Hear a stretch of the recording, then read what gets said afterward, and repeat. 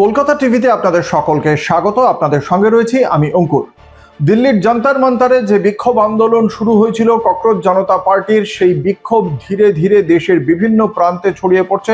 আমরা মুম্বাইতে দেখেছি সেই বিক্ষোভ, আমরা দেখেছি সেই বিক্ষোভের চিত্র বিহারের রাজধানীতে। এবার সেই বিক্ষোভের আঁচ আমাদের এই প্রিয় শহর কলকাতাতেও আপনারা সকলেই জানেন যে এই ককরোচ জনতা পার্টির পক্ষ থেকেই তাদের যে কলকাতার সংগঠন, তারা গত 19শে জুলাই একটি কর্মসূচি করতে চেয়ে তারা মেল করেছিল কলকাতা পুলিশকে। প্রাথমিকভাবে সেই দাবি খারিজ হয়, তারপর মঙ্গলবার আবারও একটি মেল করা হয় তাদের পক্ষ থেকে কলকাতা পুলিশকে। সেদিনও তাদের যে দাবি সে খারিজ হয়ে যায়। ইতিমধ্যেই এসএফআই সহ 8টি বাম ছাত্র সংগঠন তারা শিয়ালদা স্মার্ট বাজারের সামনে থেকে ধর্মতলা পর্যন্ত তারা একটি কর্মসূচির মিছিল করার কর্মসূচির অনুমোদন চায়। সেই অনুমোদন যখন মেলে তাদের, সেই এসএফআই এর যে বা বাম ছাত্র সংগঠনগুলির যে মিছিল, সেই মিছিলের সঙ্গে যুক্ত হয় ককরোচ জনতা পার্টি। আজকে সেই মতোই বিকেলবেলা পৌঁছে গিয়েছিলেন সমস্ত রাজনৈতিক দলের বাম ছাত্র সংগঠনগুলির সদস্য সমর্থকরা।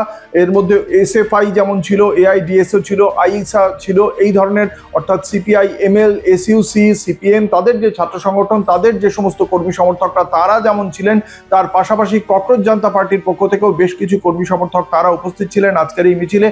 সেই মিছিল যখন এগিয়ে যায় ক্রমশ শিয়ালদা থেকে ধর্মতলার দিকে, ডোরিনা ক্রসিং এর সামনে এসে নিজেদের মধ্যেই বেশ কিছু বিষয় তারা মারপিট করে, বচসায় জড়িয়ে পড়ে, বোতল ছোঁড়া হয়, জুতো ছোঁড়া হয়, বেশ কিছু জায়গায় ধস্তাধস্তি হয়, পুলিশের সঙ্গেও ধস্তাধস্তি হয় বেশ কিছু জায়গায়।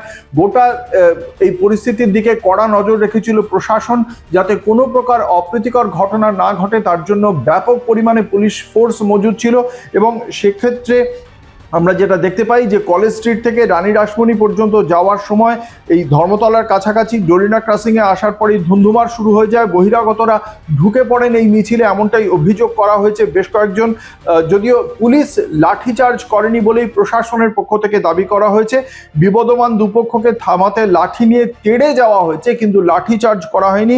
কিন্তু দুপক্ষের যে মধ্যে নিজেদের মধ্যেই যখন এই অশান্ত পরিস্থিতি তৈরি হয়, বেশ কয়েকটি জায়গায় ধস্তাধস্তি হয় এবং সেখানে আগামীকাল আবারও তারা মিছিল কর্মসূচি পালন করবে বলেই ছাত্র সংগঠনগুলির একাংশের পক্ষ থেকে জানানো হয়েছে যে আগামীকাল তারা আবারও একটি মিছিল কর্মসূচি পালন করবে। সব মিলিয়ে এটা বলাই যেতে পারে যে দিল্লির যন্তর মন্তরে যে বিক্ষোভ ছিল, সেই বিক্ষোভ এখন আর শুধুমাত্র ভারতবর্ষের রাজধানীতে সীমিত নেই, তা এসে পড়েছে কলকাতাতেও, পশ্চিমবঙ্গের রাজধানীতেও তা পৌঁছে গিয়েছে।